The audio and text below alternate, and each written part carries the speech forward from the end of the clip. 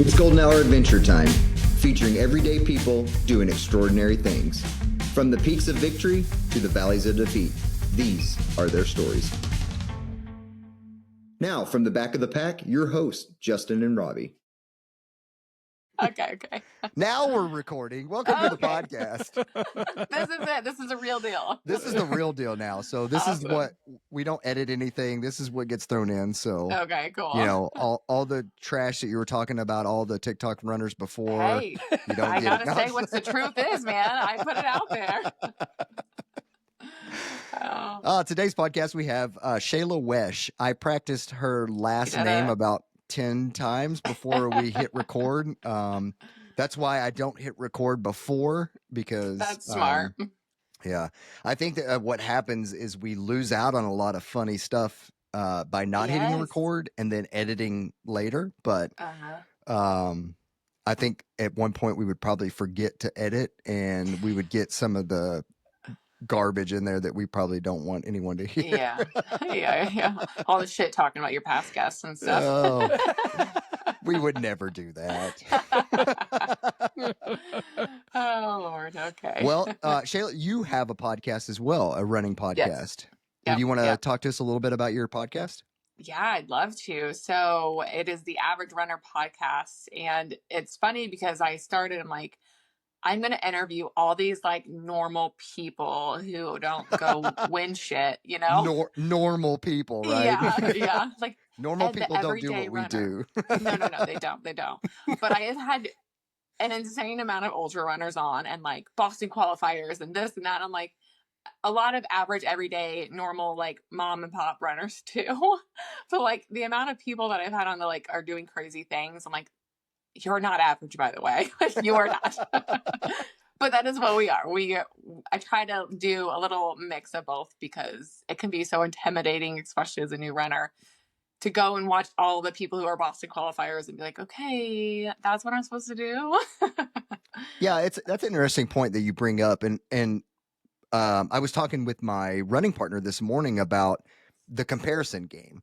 And our sport is such a comparison game, and it's crazy to think about. I've been running consistently for about 8 years, and Robbie even more, and we've both run 100-mile races and, a plethora of other ultra marathons, and people look at us in the comparison game, but they may not know what our background is, that we've been running Robbie's been running since 2011, and is used to live in the mountains. He's a phenomenal runner, and it's hard to even myself compare myself to Robbie, because Robbie has just such a pedigree and a background of running. I can't compare, but we all just kind of focus our comparison in, and it's crazy. Someone who's just a brand new runner is looking at someone who's running 100-miler and it's so intimidating. I can do that. And yeah, you can, but it's taken years to get where we are. And yes, the marathon's the same thing.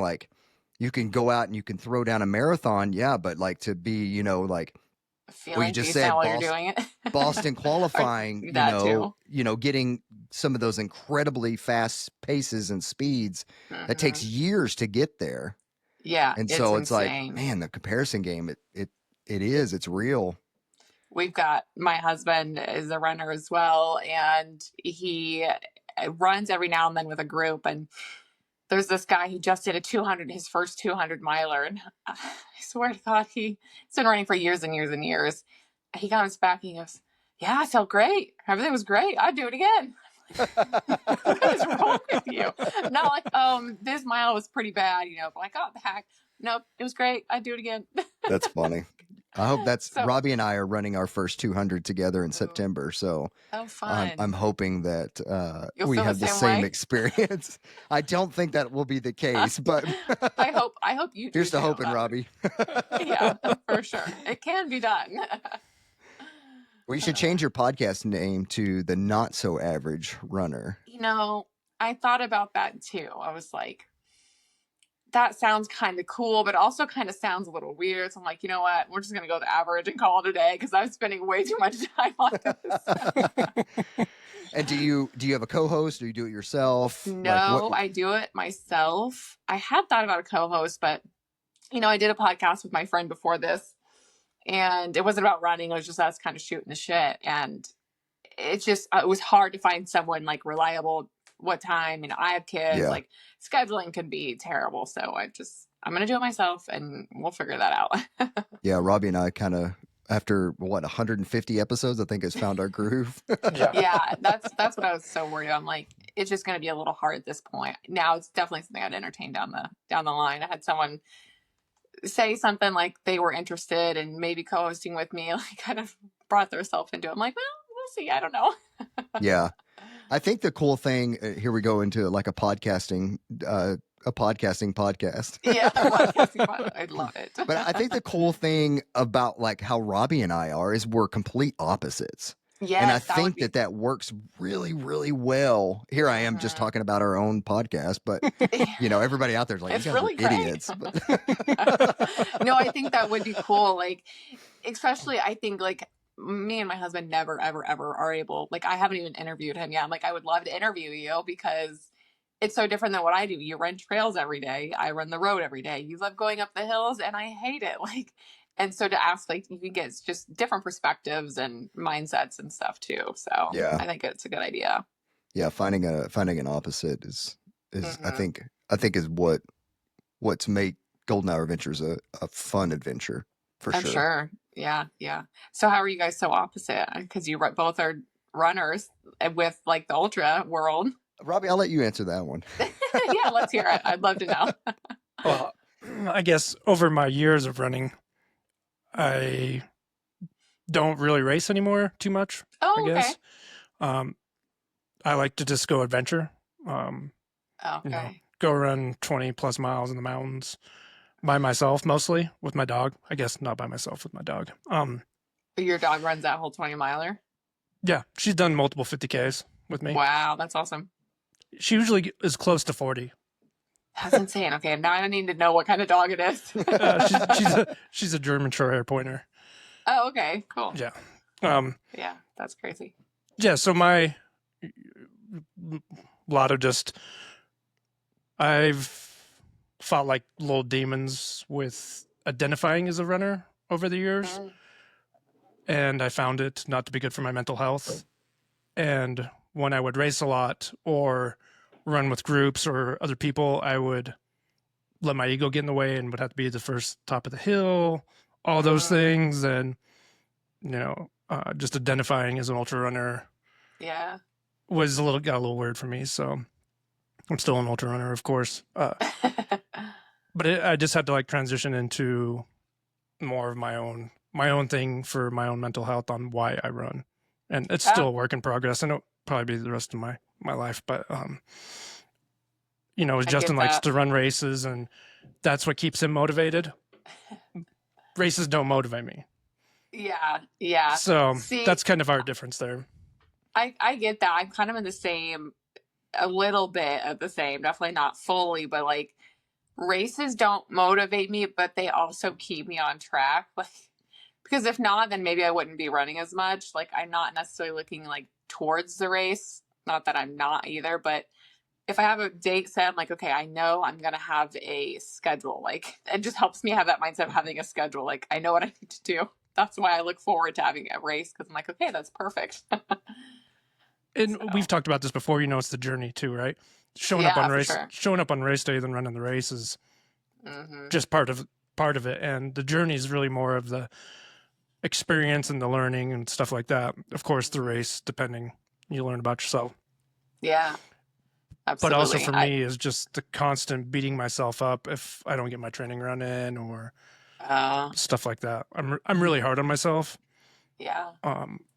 I don't know why. Well, I do know why, but with running, I guess. So I just found, I had to take a step back and then run for adventure and all that stuff. The fun of it. Which I know Justin finds fun in running and training and all that. But you were talking about, not being normal. Like now I'm really not normal because I don't run races much anymore. And I'll go spend, 12 hours with my dog in the mountains. Yeah. In the middle of nowhere by myself. So now I'm the weird one. Yeah. I'm going to agree with you there. Yeah, I agree. That's kind of weird. But if you like it, you like it. Yeah, I'm the direct opposite. I enjoy going out, doing 12 hours in the mountains too. Don't get me wrong. That sounds like a blast of a day. But I'd rather have like 50 people with me doing it at the same time, and then using it as part of a training plan for, a race that I'm signed up for. So I just like racing. Yeah, Robbie's nice. more of a mature runner. I'm the little kid that just like signs up for everything. Yeah. But we work well together. Yeah, that's all that matters. That's all that matters. Well, let's talk a little bit about you and your running. When did you get into running? How did you find it? So we moved from one part of town to the complete opposite. And it was once we moved, we were a lot closer to town. We were literally in the middle of nowhere. Where is town? Like, where are we located within the U.S.? So we're in Illinois, Midwest. Okay. Midwest. We are in central Illinois. And this little Charleston town, and we lived in just the county road. We had no neighbors. And so after my last child, I would work out for 45 minutes to an hour. I was trying to lose weight, and I'd work out hard, and then I'd sprint like a mile, and I was dead by the end of the mile. And that was about 5 years ago, 4.5, 5 years ago. And that was the gist of my running. Like, I would run on the treadmill every now and then, but it was strictly for weight loss. And I'm like, I'm going to burn these calories, and that's it. And then we moved to the other side of town about 2.5, 3 years ago. And then my husband was out on a run, and we weren't runners. We weren't training for anything, but he just like, I'm going to go on a run. And he happened to see a friend, and that friend was running, and he's like, oh, I didn't know you ran. And it just kind of spiraled into, now I'm like, well, he's running. I'm already trying to work out again and do all this other stuff. Well, I better do it too. I can't be left out here. So that's kind of how it started again. And then they both ended up signing up for half marathon. And I'm like running maybe 1 mile to 3 miles, but I'm running somewhat consistency, but very, very new to it. And then they signed up for half. About 12 weeks, they signed up and did a 12-week plan. And so I was like 4 weeks until the half. I'm like, you know what? I can't just let you guys do it. Like, I got to sign up for it too. So I signed up having only done like 3-4 miles. And I found a training plan online that was a 4-week training plan for half marathon. I'm like, this is going to be hell. But I did it. Training plan for a half marathon. Literally, I'm like Googling. We didn't have Chat GPT 3 years ago, or at least not that I knew of. I'm like Googling 4-week half marathon training plan. And I'm like, 7 miles. And then I ran my first 5 miles, and I was blown away. I came home, I'm like, I ran 5 miles. Like, it was crazy. But yeah, that's kind of how we got into it. I mean, we just very slowly progressed, and then boom, we jumped into it. So done multiple halves and 2 marathons, and gonna do my third at the end of the year. So nice. Yeah. What's your favorite race been so far? It's hard to say. Our first half was in Indianapolis, and it was so good. Like, just loads of people, and that kind of hyped me up too, just because I was new to it. So I want to say like probably that one, but we just did a half marathon yesterday, my son and I, and it was good with the amount of people, and there was a lot of people in the streets the whole time. So that one was pretty fun too. But I probably would definitely pick our first half marathon. I think that was the best, just because like I didn't stop at all to use the bathroom, which I was very surprised about too. Like, I didn't stop and pee or whatever it was. So yeah, I think that one is in Indy was really good. It was fun. Now your son, how old is your son that ran your half? He's 13. He's 13. Okay, cool. I bet that was a neat experience to run with him.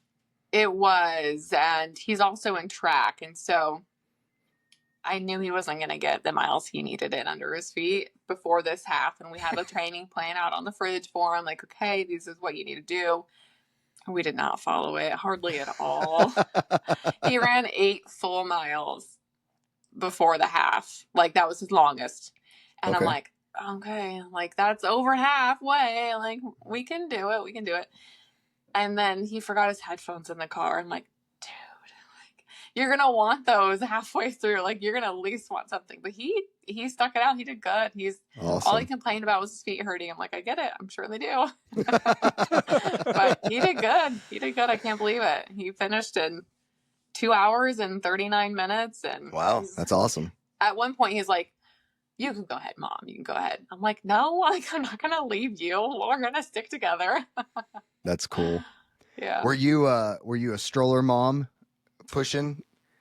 Yes and no. So for running, I've definitely done multiple stroller runs because I had to, not because I wanted to, kind of deal. My husband's a farmer, so during like spring and fall for like 1 full month, like we hardly see him, and those months I just have to. Like, and now he's 5, so like this is getting a little rough. 40 pounds in the stroller.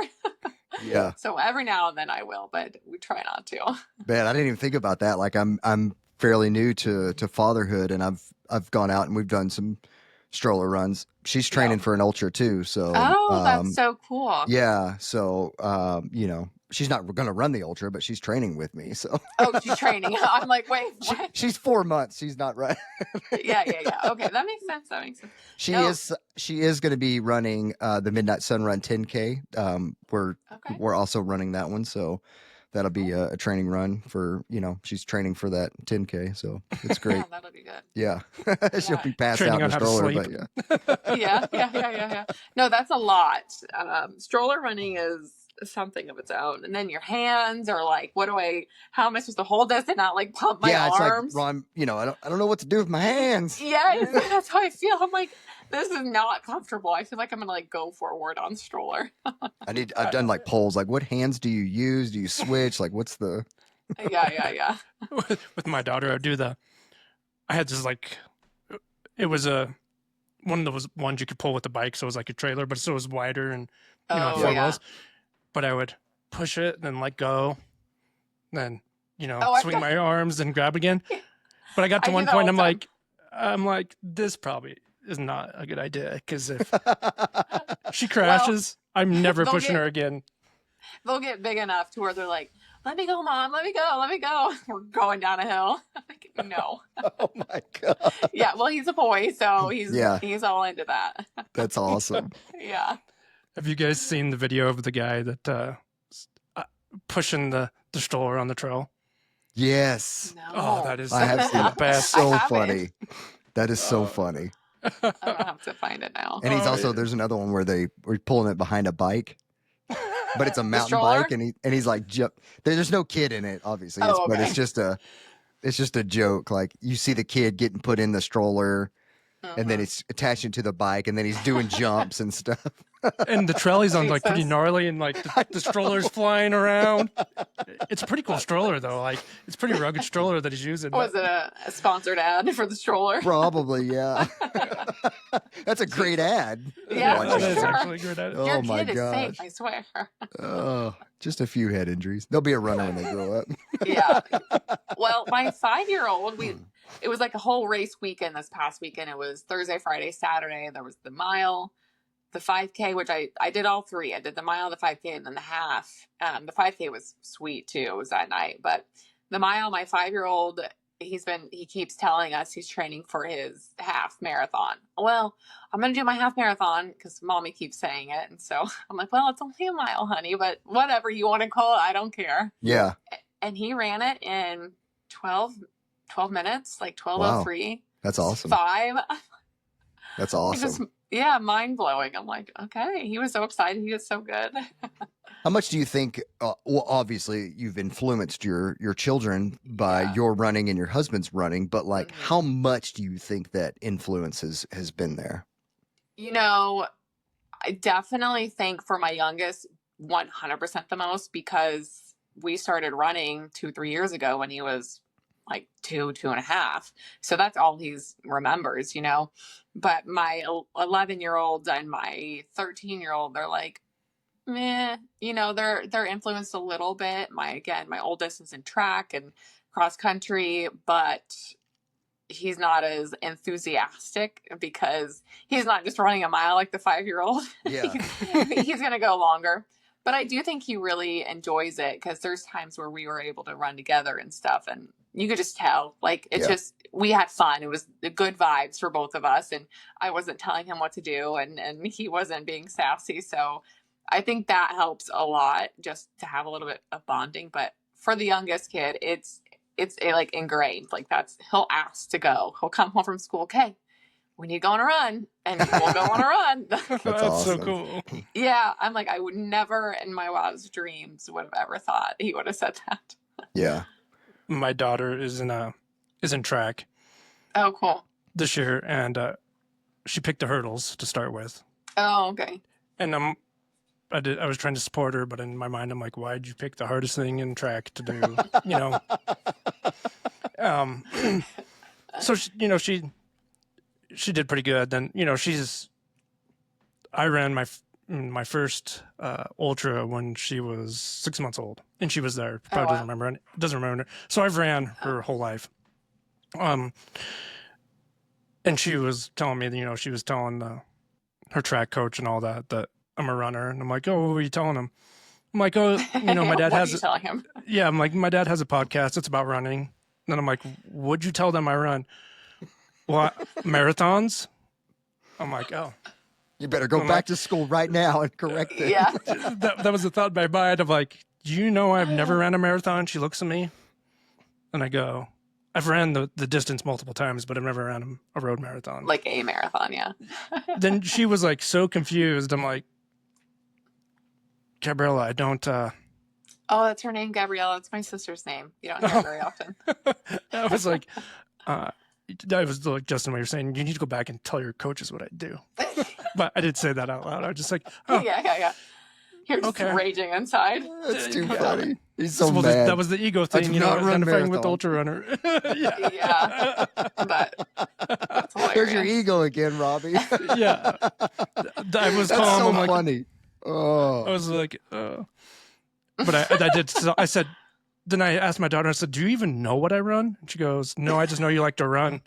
I just know you do. I'm like, do you think I run on the road? She looked at me and she just shook her head. And she's 14, so she can think. She must not be very influenced then if she doesn't know. No, I'm listening to you and hearing about your 5-year-old. I'm like, oh, my daughter doesn't even know what I do. Barely even knows that I run. When do you run? If you're running 20 miles, I'm curious, do you like get up super early, or do you do it during the day? Because if you're running in the trails too, surely you're shaded. I just think during the day, people who trail run are freaking nuts because it's so hot. For me, it's luckily, Anytime. my daughter's old enough now that she can take care of herself. Yeah. I mean, I've ran it all different times, Yeah. Today I didn't start my run till like 1 o'clock, so 12:30. So, but yeah, we're early morning runners over here. Well, my husband is. I'm mid morning. If you call it 7:30, 8 o'clock mid morning, that's what I call it. I like early mornings, and I kind of like the afternoons too. I really like running in the afternoon. I don't know why, but I've always loved running in the afternoon. I feel like it's kind of an escape from the day. Like you have your work or whatever you're doing for the day, and then you go for your run at 4 or 5 o'clock, and it kind of just like washes everything away that happened that day. And so I don't know. I've really found some, I guess I wouldn't say peace, but I've really found some, some solace in running in the afternoons. But my work or whatever life drives me to go in the mornings most of the time. If I'm going out for a really long trail run, like on the weekends, it'll be super early. We're meeting at Trailhead at 5. Yeah. See, I feel like I would like the evening runs, but sometimes my stomach's just like, no. And then also I'm like, I already have being a woman, it's so freaking annoying to run. It's like, it's either you run in the morning, but if you run in the evening, you have your makeup, your hair, it gets sweaty, and then it's like it's a whole thing where I'm like, I'm gonna have to shower again. Like, this is too much. I'm just running in the morning. Robbie knows about the hair. I don't have any clue. So yeah. Your hair gets sweaty, and then it's like you don't want to wash it. It's so much to deal with. I complain about it all the time. That's funny. You never think about things like that. No, you don't. But I complain about them. Yeah. Has your husband done any like night training runs? It's funny because oddly enough, his very first ultra was a night ultra. It started at 8 p.m. He's never ran a night. Like, I mean, he's like, I don't think ever, maybe be like in the evening, but he kept saying during his whole training period, he's like, yeah, I'm going to, get up and run at night, or like run, like get up while I'm sleeping and then go run just to see if like how I feel while I'm doing it. Not once did he do that. No. So we were up all night, and it started at 8 and he got done at like 7 the next morning, or 7:30. We were both like, oh my God, never am I doing anything at night or at nighttime again. I've run training runs at night, and they're fun. Don't get me wrong, they're fun. Yeah. But then when race comes, I'm like, I'm tired. Yeah. Like, well, that's weird. It's, 12, 1, 2, 3 o'clock in the morning. I'm falling asleep on the trail. I'm like, what was the point of that night run that I did? You're excited for that one. Yeah. I'm not like, I personally have not found benefit in doing a nighttime training run, other than the fact that I'm tired when I do it. And then I'm just as equally, if not more tired when I'm doing it during the actual race. So it's like, because you have all that like pent up energy from the whole day going into it. You're like, okay, shit, now I'm tired. I think the only benefit for someone, like if they're doing like a mountainous trail race, is getting their headlamp dialed in, and actually running in on a trail in the dark. I get that. Yeah, well, I get that. But I agree with you, Justin, where like, because we did that all-nighter with the 50K, and and it was fun, but it was fun, but it didn't do anything for what benefit did we get from it? You know what I mean? Like transitioning to another race. See, my husband runs super early. He'll be out there like 5 o'clock, 5:30. So I mean, it's dark. He's got everything dialed in. He can handle that. It's just. Yeah, I live in Alaska. I run in the dark 8 months out of the year, so that's true. You probably got plenty of headlamps. Yeah, I got a few headlamps that I run with. Do those ever give you a headache? I've been out there with my husband a few times, and not very often I'll have to wear one, and I get crazy headaches. They do. I have a super powerful headlamp that sometimes I wear if I'm going to be running on trails and there's animals like moose that could potentially come out and get me. It's mind-blowing to me that you run and oh shit, there's a moose. Yeah, I will wear my super powerful headlamp. That way I can see really far out. And I can see the eyes and, avoid the areas or whatever. If I'm going to be running like on the road, which I do primarily during the week, I just run on the road because it's more convenient than driving to the trails every day. I'll usually just wear like a waist lamp, and I don't have to worry about the head getting a headache. Yeah, so waist lamps are amazing. Game changer. Yeah. Yeah, game changer. Okay, also on trails, like a waist lamp is game changer. For Father's Day, a waist lamp. That would be an incredible, yeah. He's got the one that goes like over your body, but I feel like when I run it down, it's just like shakes like crazy. So. Yeah, the waist lamp still kind of shakes a little bit, but they're not terrible. Ultra Spire is a brand that has really kind of dialed in the waist lamps. And everybody that I know either runs the Ultra Spire or the Kagala, but Ultra Spire's really kind of made it. And they're not like, you don't really notice them there, and they're kind of, I don't know, and they're super bright. Don't get me wrong, they're really bright. It's like, I feel like that would be best when I go out there, just because the one on the chest, it's always like moving. I have to move it back in the middle. Yeah. The waist would just probably be pretty straightforward, literally. They just don't really they don't project very well. They're more wide than, so, I mean, if you're just running on the road like you are, then I think you would probably be fine with them. I mean, you'll be able to see 20, 30 feet in front of you, but you won't be able to see like 50 or 60 with what you would with a, a headlamp. But yeah, waist lamps they're game changers, especially seeing stuff on the ground. Yeah. Like when you're trail running, there's roots and rocks and divots and whatever. It kind of just like levels the playing field because you're seeing it at more of a angle that you should be looking at it as if you were looking at it in the daytime with the shadows. If you're looking down at it with a headlamp, then it puts a different shadow on it and you're tripping on stuff all the time. And not only that, I feel like with the headlamp, like you're looking down while you're running, you're just like trying to shine the light down, and now your head's cocked terribly. Don't get me wrong, I'm still looking at the trail when I'm running it. Well, yeah, for sure. No matter what, whatever light you have, I do not trail run. Very rarely am I able to go with my husband. You're still going to trip and fall, no matter what. That was about to be my next question is, do you guys run together? Every now and then, like, if we get the chance, if by chance our youngest is with the grandparents, we will get up the next morning and go out there for a trail run. My longest trail run ever was like a 9 miles. And I was like, oh, I'll stop at like 6 or 7. I was feeling good. I'm like, I went to 9. I'm like, holy shit, I did 9 trail miles. That's crazy. As a primary road runner, what would you equate 9 trail miles to in road miles? You know, there's a difference. There is a huge difference. Even if you're not going up like a steep hills all the time, just the fact that like you have to like be extremely paying attention. You cannot just zone out like you can road running.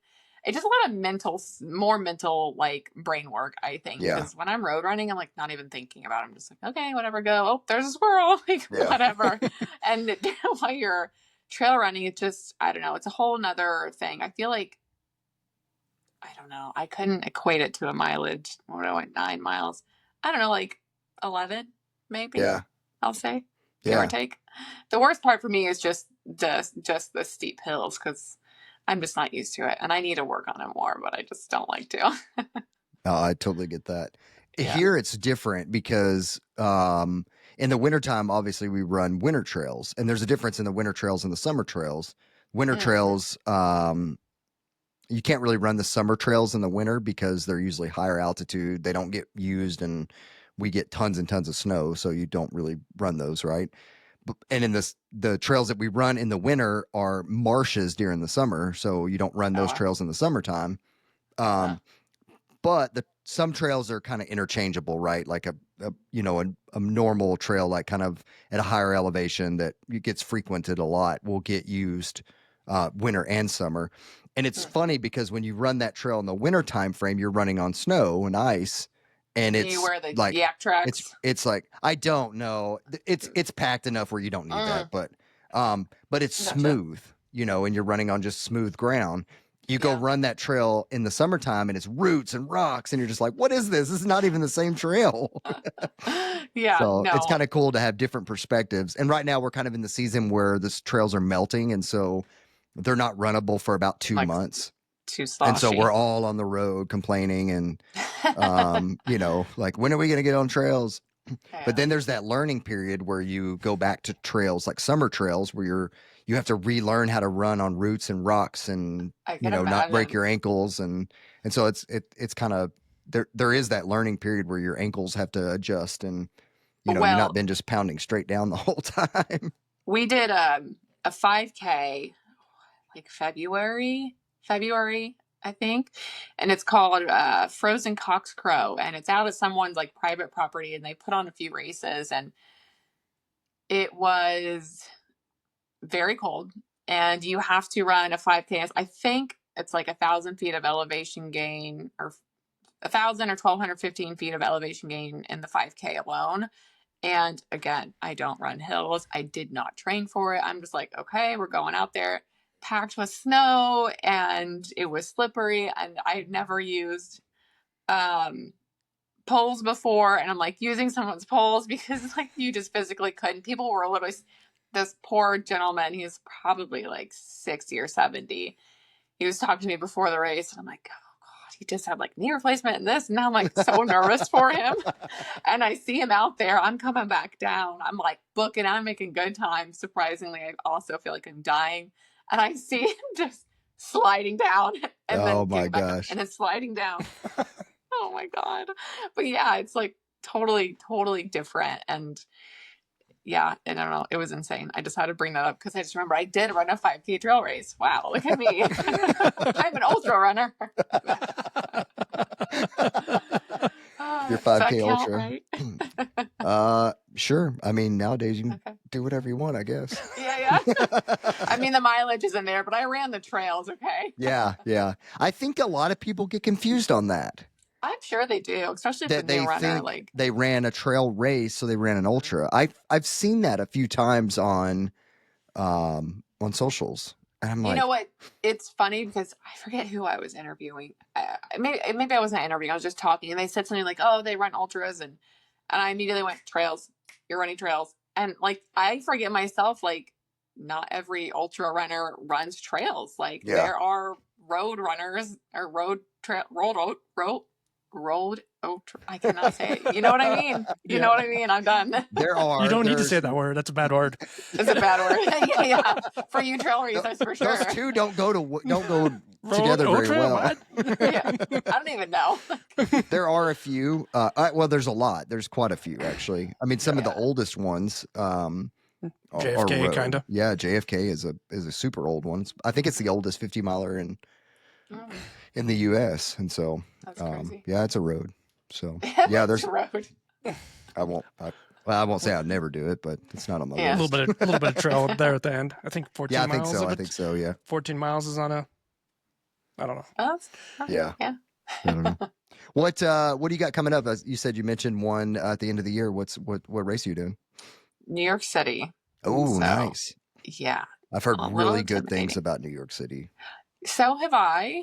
I'm just excited to do a world major. I don't know if I have it in me where I want to definitely go do all the world majors, which I would, but I'm like, I don't know if that's like something I'm so striving for. You know, those people out there, like they have to get their stars and blah, blah, blah. Yeah. I just think it would be cool. And I want to go to New York. Yeah. So I'm like, we'll just do a 2-for-1. But I really did want to get into one of them. Like, I just want to at least do one. And then I'm sure I'll kind of want to get more. But yeah, I think it's exciting. And I would love to do the one in Sydney they just added on. I think that would be sweet. But I think that one's going to be really hard to get into for a really long time. Well, for sure. Well, the only way I got into New York was like I put in for the lottery. I didn't get it. And I thought I got a spam email and it said something like another chance to get a New York City Marathon, but you have to enter another lottery. Like I read it like 10 times. I was so confused. And it said, enter another lottery for a chance to be picked to run a virtual marathon. And then you can get into the next year's marathon. I'm like, what? It was so confusing. But anyways, I entered it because I'm like, well, what do I have to lose? And I got in. So I ran my very first marathon in like the end of October or mid-October. And then within like 3 weeks, I had to run a full other marathon by myself. Oh, a virtual one. Yeah. So my very first one, and then I had 3 weeks to recover, and I had to run a full another marathon all by myself. How did that go? Oh God, it was rough. It was hot. Like for some reason in like early November, it was hot that day. It wasn't honestly terrible. It was just like mundane. I'm running around my town. The nice thing about it was I live on the edge of town. So I started from my house and I just ran around town. I even came back halfway through to let the dogs out. Nice. Yeah. So it wasn't terrible. It was just boring, you know? Yeah. Look, you've already trained for ultra right there. I mean, yeah, that's an ultra. You just keep doing the loops and you're good. Yeah. Well, that's what you ran a marathon and 3 weeks later you run another one. That's what we do in the ultra world. Yeah. We just run 3.5 consecutively. Yeah. You know what? There is an ultra coming up that I had thought about it. It's one of the backyard ultras. So I don't know if you guys consider that like a true ultra. Yeah, it's an ultra. Anything over 26.2. Yeah. So I thought about doing it. I'm like, you know what? Why not? Like I could stop whenever I want, you know, It's not like I've got to finish. But you have to get over 26 to be an ultra. Oh shit. So you can't just go run 4 miles and then be done and I'm an ultra. You have to actually run the distance to call it. In a backyard ultra. Just 2-4. I did a backyard ultra. No, you can't say that. Yeah. I mean, you can say you ran a backyard ultra, but to get to be an ultra runner, you have to run the. Okay. How many yards? I don't know how many yards yards it would be. How many laps would I have to do? I'm very bad at fast math. Well, first off, you got to learn the lingo. So they don't call them laps; they call them yards. Shit. And so, what you would why say. Do you guys have me on your podcast? So it's called a yard. One lap, as you would call it, is a yard, and so yeah. Okay. How many? I guess it depends too if it's a true 4.16666. I believe it backyard. is. They've been doing this for a few years. Yeah, it's probably a true one. Yeah, they've been doing it. I don't know. I know 10's like 41 miles. So. All right. Well, so you'd have to run 7 of them. 7. Okay. 7. You could do that. Yeah, I could do that. It's just 7 hours. Yeah, 7 hours of running. You know, that's not terrible, though. Like, if you think about it, you get a little break if you want, you know. All right, we'll see. We might do it. You have to be fast enough to have a little break. That's true. That's true. And I think the backyards, that's why they scared me, is because there's a mind game there. And there's strategy there that people play. Like, I see it. I wouldn't go in with any strategies. Some of the people that run those, they come in with like 4 to 5 minutes on the clock, and that's it. Oh, wow. And then just they take off they're not burning again. out. Yeah, but you see some people come in, they have 30 minutes left, and I'm like, why would you do that? Those people never last. They don't last. No. Even like the good ultra runners that, you know, have some experience when they come in with that. Like I saw Cam Haynes run one, and he was coming in like 35 minutes. And wow. That's fast. He just like fell apart though. Like that's if you think about it, it's so you get, you know, you come in 35 minutes, you get 25 minutes to recover. Then you got to go back out and do it again. Yeah. Mm-hmm. But you just if you hard. run, it's a 24-hour 100 mile is what it is. So it's like that's a tough feat for a lot of ultra runners to hit, is that 24-hour mark. And so you really got to play it smart to be able to do it. I'm not saying you're going to go to the 24-hour 100-mile mark. You don't know though. You might just be like, I may just win. You might. But the cool thing is about the Backyard Ultras is you could win at 6 laps or 6 yards. Yeah, right. Because last man standing kind of deal. It's a last man standing. So if how terrible would that be? At the 6th lap, you won. So then you won a Backyard Ultra, but you're not technically an ultra runner. Not even an ultra runner. Could you imagine? You're like, can we go one more lap, please? Yeah. Oh. I would still claim that. I'm like, I literally won. No, thank you. That's funny. It's funny though, because you said something like Cam Haynes went out like strong or 30 minutes or something. We were doing the mile with our 5-year-old, and I'm telling him, I'm like, all right, we always have to tell him, like, he'll go, you know, of course he's 5, he'll go on just dead sprint. We start this first. I'm like, okay, baby, we got to really slow down, remember, so we can go the whole way, and mommy, daddy are not carrying you. So that's funny. Yeah, I always tell him to slow down, and he doesn't like to, but he did it. Well, Shayla, we'll ask you some quick fire questions. You know the answer to most of these. What is your favorite shoes? 1080 V13s, the New Balances. Okay. I can't. I was crying, like when I first started running. I was like, why are my feet hurting so bad? And then I could not run further. They hurt so bad. I had to run, and I literally took off my shoes. I'm like, I'm so pissed off. Like, I just want to go for a run. I took off my shoes and I ran barefoot. I was like, I didn't care. And then I finally found the 1080s, and I'm like, I'm no pain. They are comfortable. They are cushioned enough. Like, I don't think I could wear anything else. Yeah. A lot of people really like those. I haven't ran in those, but I do know a lot of people that really like them. Yeah, I like them a lot. What's your favorite clothing line? Like, what are you repping? You know what? I don't know if you've heard of LSKD. I have, yeah.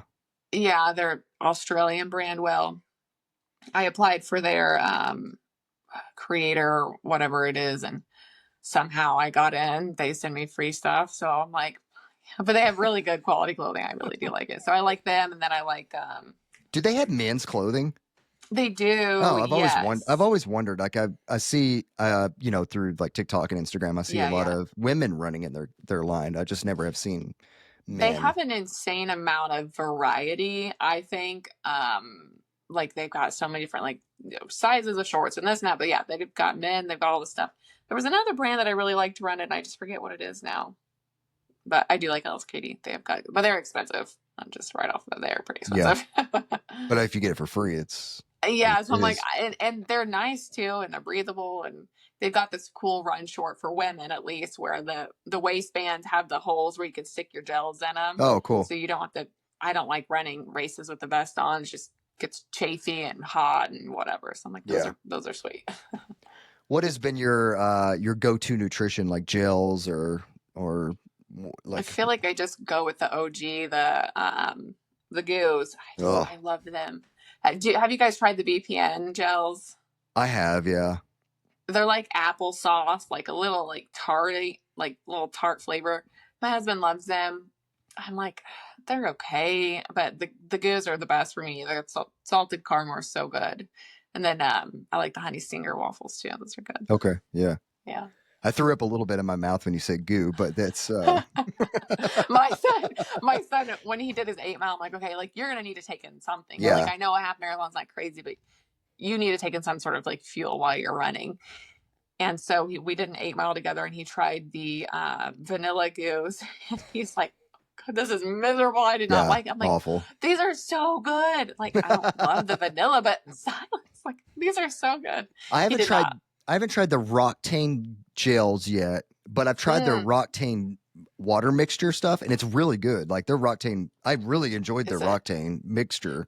I run a lot of liquid nutrition, and so I try them all, but I really enjoyed their drink mix, and I've heard really good things about their the Roctane gel, but I just can't do the consistency of a goo, and like the flavoring is not for me. But the only two flavors I can do from them is the vanilla and salted caramel. I haven't tried no strawberry banana. Well, I have tried the strawberry banana. I actually have. It wasn't that bad. But the Roctane ones I've seen, but I don't think I necessarily need them because I'm, again, not out there for as long as you guys. It has a little extra stuff in there, but yeah, I've not tried the Roctane, but I like the original stuff. I mean, we all go down the goo train when we first start, so we've all been there. You just stuck around with them. I did, and I love it. And I've tried like the Rice Krispies. I tried that, but I can't drink a lot while I'm running, and I cannot chew very well while I'm running, so I just stuck with them. Like, have you heard of nerd clusters? Oh yeah, I hear that all the time. And I'm just thinking, everyone says, "Oh yeah, it's the same nutrition, it's this and that," and I'm thinking, it's not the same. Like, yes, they both have plenty of sugar in it, but like, which one is really better for you? Please tell me. Like, I know nerd clusters are not better. But people love them, and I use them religiously in my training. Like, yeah, and I know it does the same stuff technically, but in my mind, I'm like sugar. Yeah, sugar. I know that sugar is sugar. I know. The body processes it the same. Now there are different forms of sugar that's processed differently, but when it comes to like a goo versus a nerd cluster, they're the same. My mind can't process it very well, though. I'm just like, I can't. I get that. Yeah. All right, here's one. If you had a bucket and there were 1,000 grapes in the bucket, each grape that you ate awarded you $5,000. Oh my God, you're hurting my head. But one of the grapes is deadly poison and you will die. How many grapes do you eat? 5.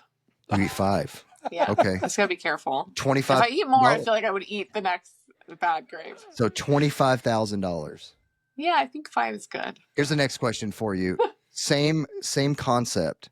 You decide to go for a 6th one and you die. See, I told you. Yeah, right. You get $25,000 and you can give it to anybody but your family. Who are you giving it to? Probably my best friend. Okay. Yeah, I'll give it to her. She could use 25 grand, I think. I'm pretty sure she would enjoy that. Throw a little party. Awesome. Well, Shayla, where can people find you on socials? Oh my gosh, I have way too many socials. But for my running ones, we have got the Average Runner Pod on TikTok. About to the email. Just look up the Average Runner. You'll find it. And then also Shayla.theaveragerunner on TikTok. So both of those there. And then Shayla.runs on Instagram. So I'm not as active on Instagram, but on TikTok, I try to be a little active. So you'll see Awesome. that. Awesome.